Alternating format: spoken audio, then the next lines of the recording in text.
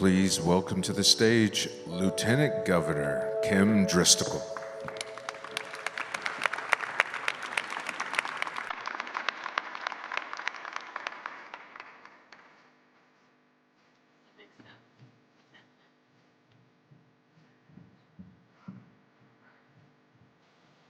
Hey, good morning, everyone. How are we doing today?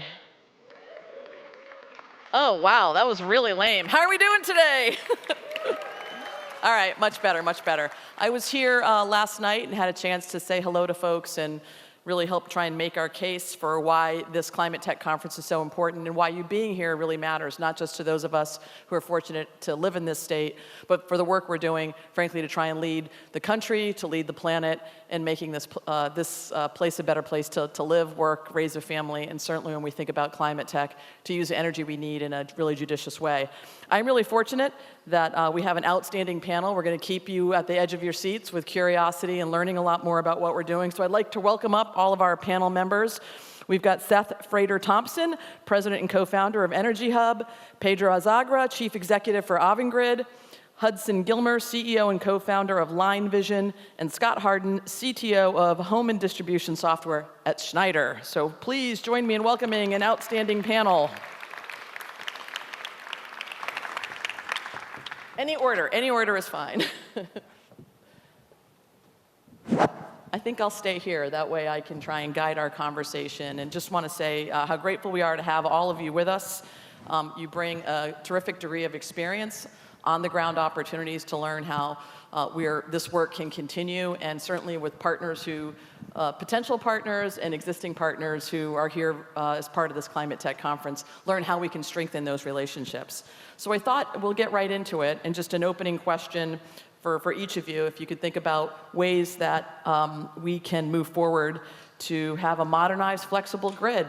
The grid is so important. We're in New England. We've got roads that were built for horse and buggy. Unfortunately, we have an infrastructure system that's also pretty antiquated. So this is really important work for us. We can have all the clean energy ideas, but if we don't have the grid to deliver it where it needs to go, that's a challenge. So would love to know your thoughts on what's it going to take to have a modernized, flexible grid in our region and our Commonwealth. And you can, why don't we go left to right to make it easy in terms of starting that question? Sure. So, I mean, what I would say is that the potential for the sort of customer side to provide flexibility to the grid is huge. Virtual power plants, demand flexibility, all of these are sort of part of the same thing, which is the concept that you have intermittent renewables, you need to have flexible demand, and you want to have customers engaged as part of the solution. We see that in general, it makes sense for states to set a goal or utilities to set a goal that looks like about 1 gigawatt of demand flexibility per million homes. And what's most exciting is actually that many of the utilities here in the Commonwealth are leading the way with that. There's, I think, if I'm not getting the numbers wrong, almost 600 megawatts of demand flexibility already that exists in Massachusetts. And that comes from a variety of sources, from residential smart thermostats, electric vehicles, batteries, commercial industrial sites. And so we can go into more detail on all those things, but that to me is the place to start. Customers should be part of the solution. We already know that this works at scale and can just get bigger and bigger. Excellent. Pedro. Okay.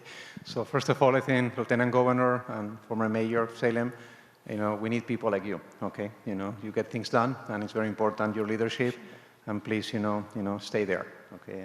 And, we need you. So second, I think in our case, as Avangrid and Iberdrola, we said many, many years ago that, energy is not enough, you need networks. You need to move electricity around. And one of the things we said in another event to the Secretary of Interior and the Secretary of Energy, a couple of months ago, it was very clear. The US is not one country from an energy point of view. There are many regions. Each region is totally different. Many states. A state can be totally different to the other one. When you speak about our business in networks in New York, it's 50, 60, 70 years old, decades of lack of investments. So the issue is not to have AI. The issue is to make sure that the poles don't fall, that you have electricity at home. So that's why each state is different. In our case, a simple number. Between now and the end of the decade, we're going to invest $20 billion in networks upgrades in the 4 states where we do business, Massachusetts, New York, Maine, and Connecticut. And that tells you that is needed. And that's why, put aside politics, put aside other things, Without those networks working, nothing works. And that's the reason why the number for us is very simple, 20 billion. So maybe I can start just with a quick introduction. For those who aren't familiar with Line Vision, we're actually a clean tech company or climate tech company that was started here in Massachusetts, and it's really thanks to the amazing environment that the Commonwealth offers. We started at Greentown Labs about 7 years ago. We're a digital grid infrastructure company. When you think about grid infrastructure, generally you're thinking about poles and wires, you're thinking about transformers, you're thinking about kind of this heavy metal that is used to build the grid. What I think we need really is kind of a mindset change, because the reality is that the traditional way of building the grid is simply not going to meet the challenges that we're facing today. The challenges of load growth on the grid and the challenges of resilience and reliability. It's simply too expensive, the utilization is way too low, and it's too slow. It's too slow to meet the growth that we're seeing on the grid due to data centers and AI. So this new model of what I call digital grid infrastructure really leverages so many of the technologies that were developed here in the Commonwealth. Really this kind of flexible, digital, smart way of building the grid and most importantly, getting the most out of the grid that we've already built. So these are things like virtual power plants. These are things like demand response. These are things like what my company does,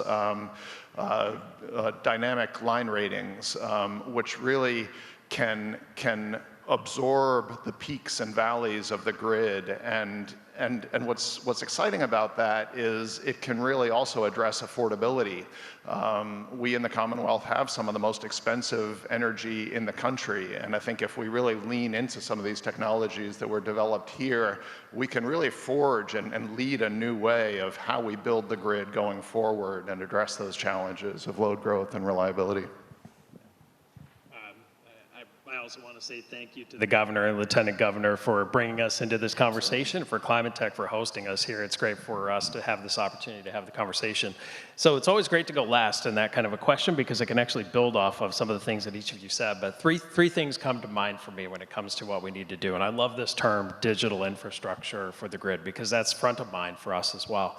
The way we think about what is happening at the edge when it comes to the systems that are there, our friends at Energy Hub, Seth, they're doing a really good job in providing the ability to be able to coordinate energy services. We think about the elements that are actually behind the meter. And we also think about the elements such as microgrids and how we can actually create home nanogrids with solutions within the home that actually provide organization of batteries and bidirectional charging and all of the different capabilities that are now being deployed at the residential level.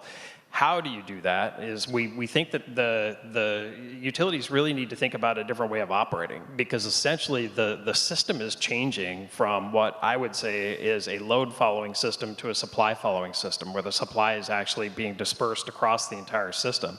And so you have to really start to think about operating from the edge of the system. You have to have full awareness as far as what is happening. And so that requires the digital infrastructure that Hudson was just talking about.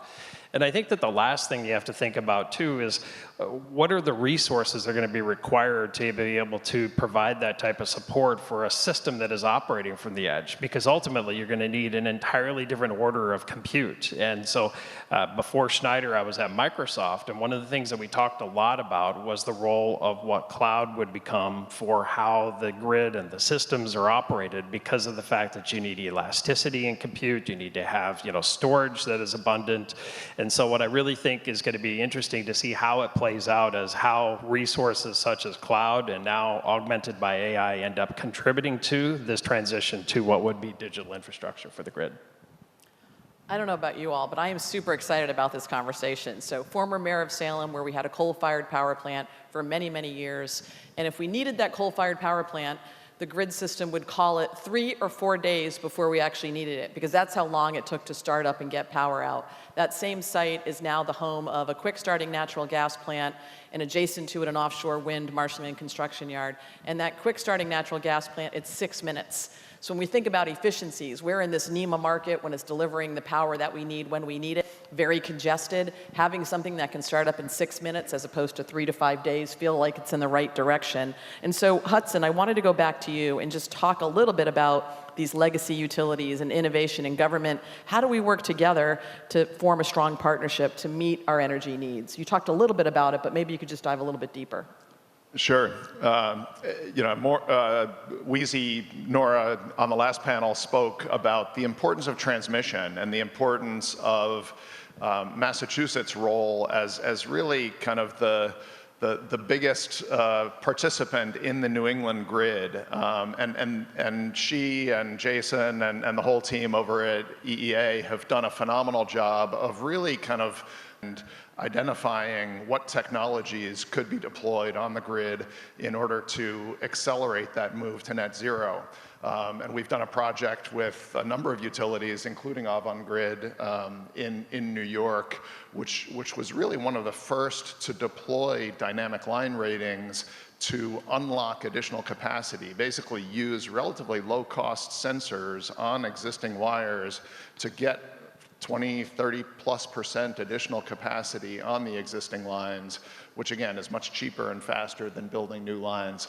So that's a great example. The state of Virginia is another great example where we're working with Dominion Energy, and they're home to one of the largest concentrations, probably the largest concentration of data centers in the world, and they're choosing dynamic line ratings to basically upgrade all those lines in what they refer to as Data Center Alley to serve just the insatiable load that's needed to keep pace with the growth of AI. I wonder if, Seth, you might be able to build on that a little bit. Hudson mentioned some other states. Are there distributed energy resource integration models in other states or utilities that we should be thinking about, or things that we should highlight here? Yeah, so I mean, I do have to say that it's both, you know, the right thing to say and the truth that Massachusetts is the leader here. I think the states that... I'm sorry, I didn't hear you. Could you say that one more time? That's right. So, you know, I'm tempted to call out who's not doing it right also, but I think it's probably, I'll keep it positive up here. The ones that I would say that are really killing it right now are probably Massachusetts, Arizona, and North Carolina, if I had to say. What's interesting about these is that there's no political commonality there, right? So you see really strong bipartisan consensus around the possibility for VPPs, the benefit both to the grid and to the customer of being able to take DERs that customers own and essentially bring the benefits to the grid. The sort of ingredients for success, I would say, are places where you have certainty, you know, where you say, okay, here's a program that exists where everybody who is involved understands sort of what the incentives are, and this is not going to change for 5 years, so people can make long-term decisions. You have really, really successful engagement of the entire vendor community so that everybody understands, from sort of like the local media to the local solar battery installer to the car dealership to the manufacturers of the devices, everybody understands what's there. You have the ability to design user experiences that encourage customers. So that sort of long-term thing is a big deal. Clear goals that aren't too constrained in how the execution of the goals go, you know, saying like, let's get to 1 gigawatt here for the Phoenix area, or you know, we want as much battery storage as we can get, and here's a clear, so I guess the third element here is some sort of strong incentive for the utility. Say, if you can do this in a way that supports the $20 billion investment, but allows the utility to be more strategic in how they deploy it, then that just creates sort of yet another form of certainty, removes a little bit more friction. So that's what I would point to of those 3 states. Thanks so much. And Pedro, you're such a key partner, not only for Massachusetts, but a number of states in trying to meet energy needs. I'm wondering if you can talk about whether we should be envisioning a future that can use AI and digitalization to help improve operations. Does that play a role in making the grid smarter? And I say that in quotes because I think we've been talking about a smart grid for a number of years. Where do you see that road leading us? How do we modernize this with those tools? I think, you know, when I was told to come here to the meeting, besides, you know, the leadership by the Lieutenant Governor, I mean, you asked before about what do we need for the politicians, you know, from the leadership. I think the speech by the governor right before us, that's all you need. When somebody's so clear, you know, in what I want to do and I want to stay doing, that's all you need, okay? Second, I was very pleased, surrounded, you know, by 3, you know, suppliers of us. So that's, I usually have opponents and people, they don't like us, so that's okay. You know, so very pleased here. I think I heard, you know, Salem, you know, our engineering subsidiary built the gas-fired generation there.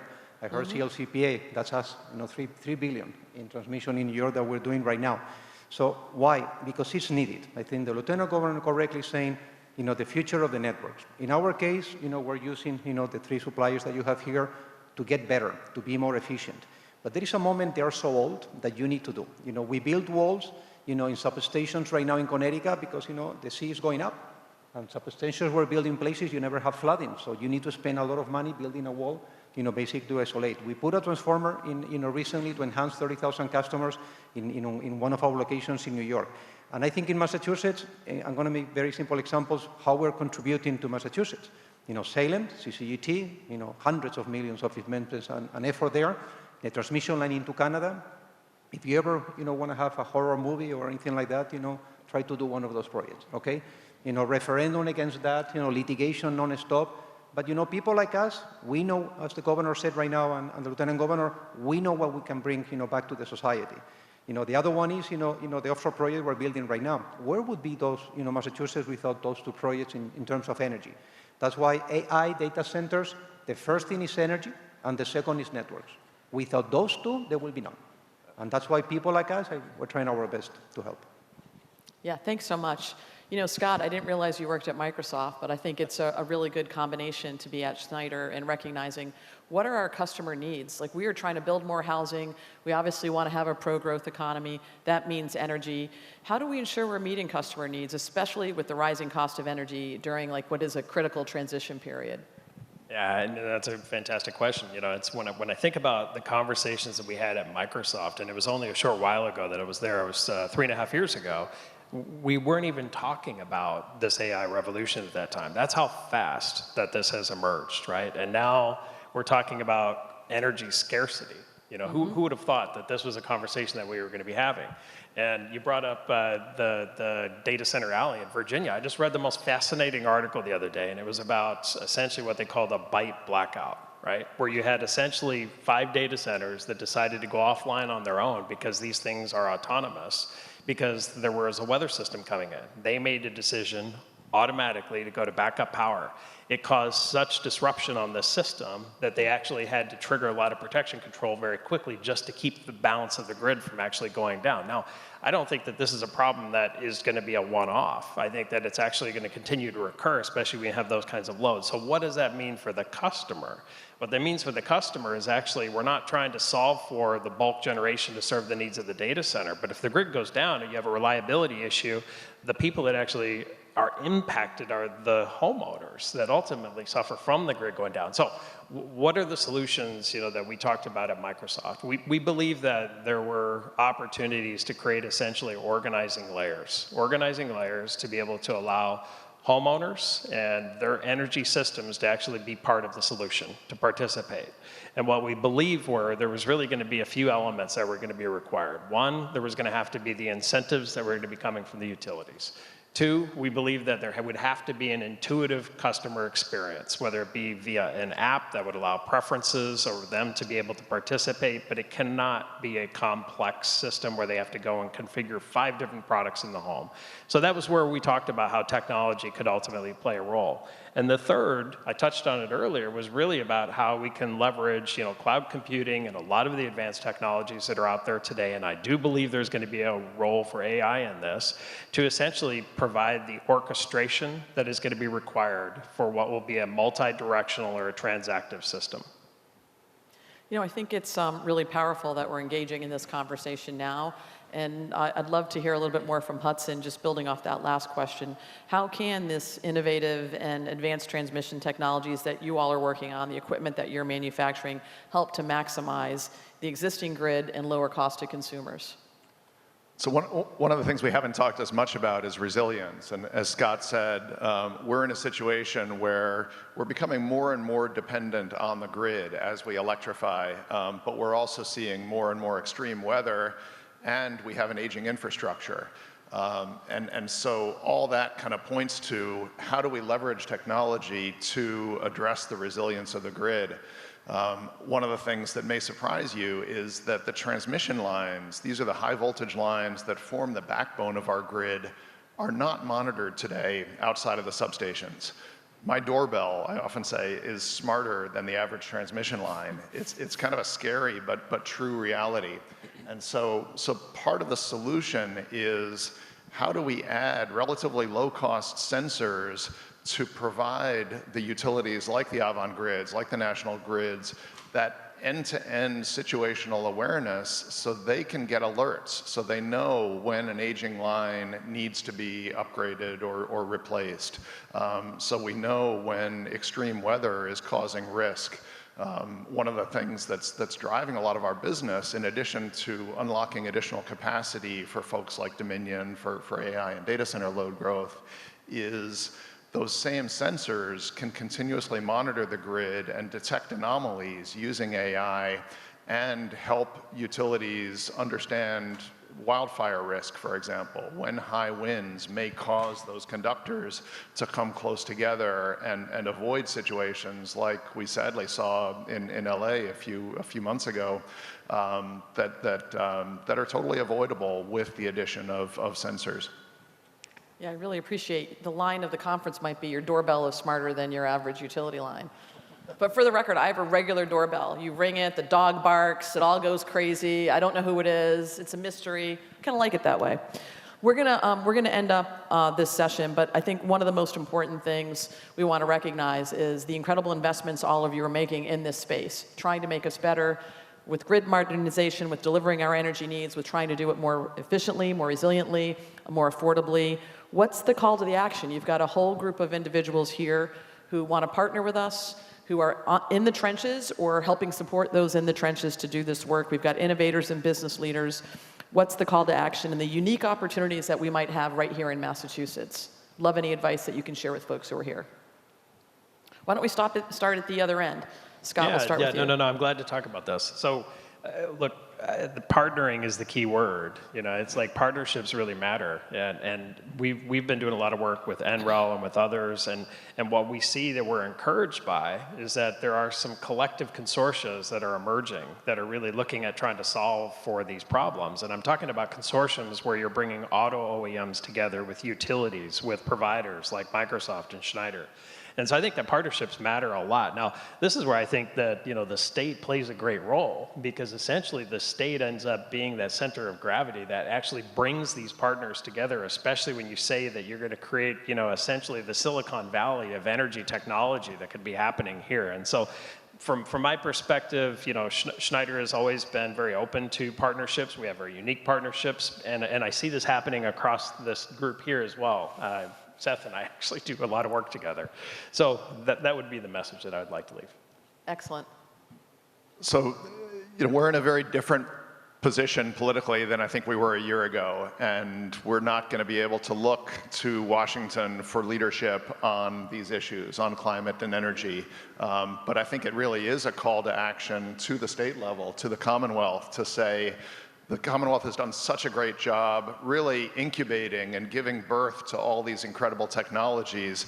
Now it's time to really deploy and show leadership and say, we can chart a new path in leveraging this digital grid infrastructure to make our grid more resilient, to address the customer needs that we have around affordability, and really show the rest of the country the way it's done. Okay, so in my case, a couple of things. The first one, if you were to tell us, you know, where Massachusetts and your leadership help us always, is in probably still the most important thing we have, which is the talent, okay, our women and men. I think, you know, very complicated for us to hire people. We hire 20, 40 people a week, and it's not easy, you know, in the territories where we do business. So that's why the access to universities, the access, you know, to, I mean, I gave the idea, we created a school in Brazil, you know, an electrician's school just for women. So we are always, you know, thinking about how to progress and continue things in the right direction to make sure that, you know, every job we have opportunities to hire beyond, you know, what is currently on the table. The second one is we're a company that a long time ago we decided you can be a global company, but you need to behave locally. I think 96% of our purchases in the US, and it's 2-3 billion a year, you know, sometimes 4 billion, are done locally. So when you think about tariffs, other thing, the impact is very low, because we already took decisions many, many years ago to do so. The next item, which I think is important, and I think the Lieutenant Governor knows this very well, is I think I always say that we have, we're not the people defining the policy. We may have our own ideas, but the current leadership in DC, the current leadership here, we need to work with them, and people need to work together. Very important, predictability and certainty in legislature decisions, in administration decisions, etc. We cannot have every X number of years or weeks, decisions being changed, because it's very complicated. A generation facility, it takes tens of millions or hundreds of millions and several years. Think about, how many of you are happy to put that money, and suddenly, you cannot proceed, or you have to wait, or things like that. So from that point of view, I think the leadership, the Lieutenant Governor has, please, certainty going forward at all levels, because that's the only way that we need. We don't need money. We'll get the money from, the right places, but we need predictability.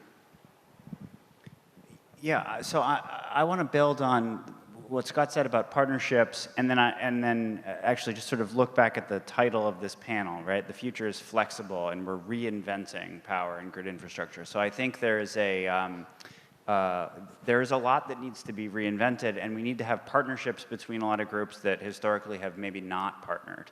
And so if you look, certainly 10 years ago, the solar industry and in many parts of the country, the utility industry were kind of at war with each other. And now some of these companies are sort of the closest partners, right? They're seeing that putting DERs on the grid doesn't need to lead to cost increases for the grid. It can actually reduce the cost to support the grid of the future.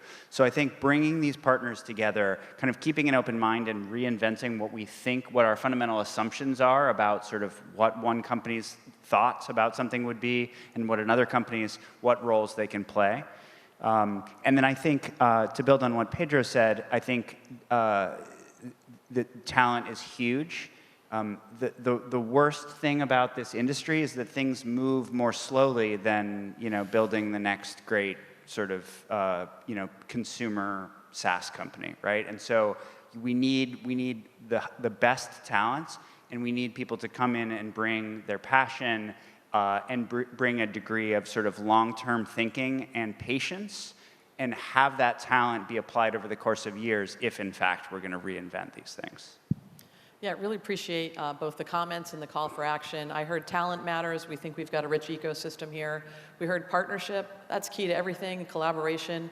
We like to believe we bring that none of us are as smart as all of us to approach to governing. I think we need that same approach when we're talking about tackling modernizing the grid. We talked about leadership, wanting to make sure we've got people in the right spots who are ready to move, ready to support the industry. And then the power of convening, the ability to have folks in a room at one time who might come at different perspectives to help solve really tough problems. It's kind of a hallmark of Massachusetts. We're celebrating the 250th anniversary of American independence. A lot of that started right here in our state. We were the troublemakers and disruptors who threw the tea in the harbor. A couple of weeks ago, several of us were out in Lexington and Concord commemorating the actions of a ragtag group of militia who took on the greatest military empire known to mankind at the time in the hope of something called self-governance and democracy and fundamental freedoms. We believe that revolutionary spirit still exists today.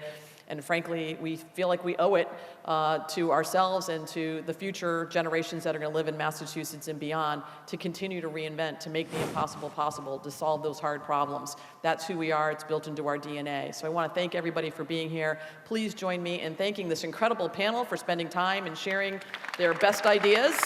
Seth, Pedro, Hudson, and Scott, thank you so much for enriching our conversation and helping us get to that next level. I think we have a lot of optimism, notwithstanding some of the challenges we have and the headwinds that might exist. There's a lot of optimism in this room and in Massachusetts for making investments that are going to matter, not just for today, but for decades to come. So thanks for being here and joining us for this conversation.